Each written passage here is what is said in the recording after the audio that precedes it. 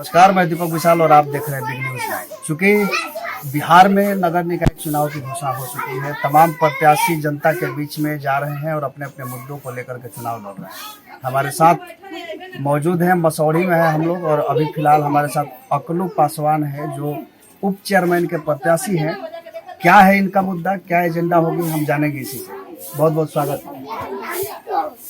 इस गांव में लगभग संख्या जो है दलित महादलित की संख्या काफ़ी है और बुद्धिजीवी लोग भी हैं। मैं चाहता हूं कि इस गांव का विकास हो, ढंग का हो और सही हो। अभी जो स्थिति है उस स्थिति में पहला हमारा उद्देश्य है शिक्षा, सामाजिक परिवर्तन और विकास। यही मेरा मेन उद्देश्य है।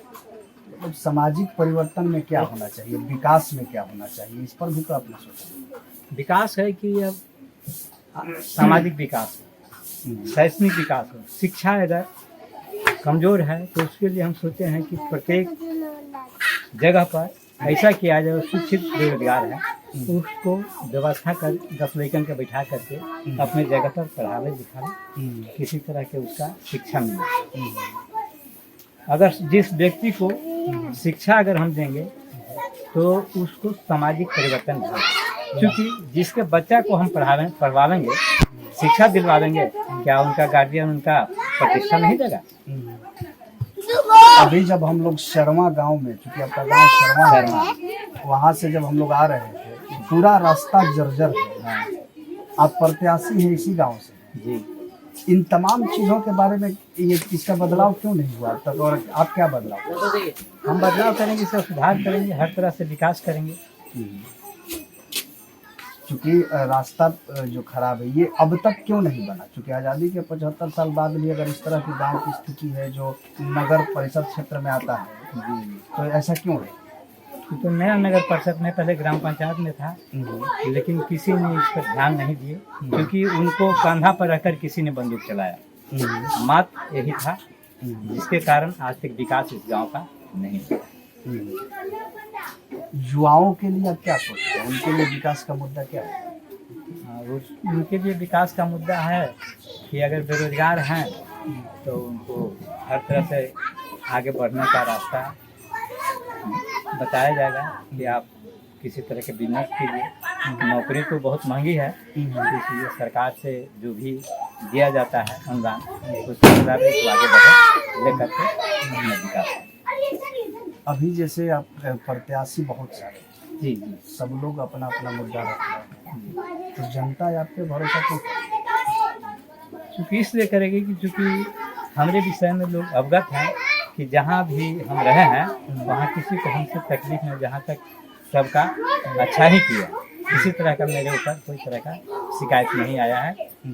क्योंकि मैं पटना सिविल कोर्ट में एडवोकेट क्लर्क भी हूँ, जिसके चलते अगर किसी का उस तरह का मामला भी आया है तो शांतिपूर्वक उसका समाधान किए। आज जिसका निर्णय भी करा दिए, उस जगह पर जाते हैं तो वही स्वागत होता है जिस समय केस देखें। तो ये मुंशीगिरी करते करते ये चुनाव लड़ने का ख्याल कब से? इसलिए हुआ कि विकास यहाँ नगण्य है, जीरो पर है। तो हमने सोचा कि एक बार मौका दे करके देखते हैं, अगर समाज हमको अपना सही निकालेगा कि हमारा सेवक जो है सही हो, जो हर तरह लड़ झगड़ करके यहाँ विकास का काम करे। जनता से क्या अपील करना?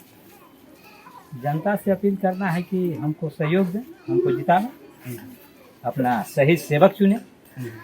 क्योंकि आज के माहौल में सेवक को ही लोग मालिक मान लिया, लेकिन हम अपने को मालिक नहीं मानते, हम सेवक मानते हैं। क्योंकि सेवक जब आपका मजबूत रहेगा, लड़ने भिड़ने वाला रहेगा, तो कहीं भी अपना आवाज़ उठा सकता है।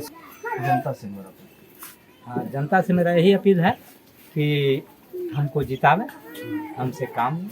क्योंकि सही जो है आप सेवक चुने, जो आपके हित के अधिकार के लिए लड़े और आपका कल्याण की बात, यही मेरा चुनाव चिन्ह हमारा है पीपल का पत्ता, सीरियल नंबर 2।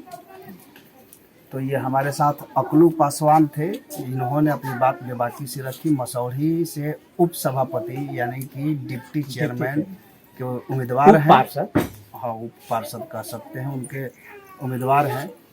तो इन्होंने अपना मुद्दा रखा है। हालांकि जब हम इस गांव में प्रवेश कर रहे थे शर्मा, तो देख करके शर्म आ रही थी कि आज आज़ादी कितने सालों बाद भी इस गांव की स्थिति अभी भी बदहाली में है।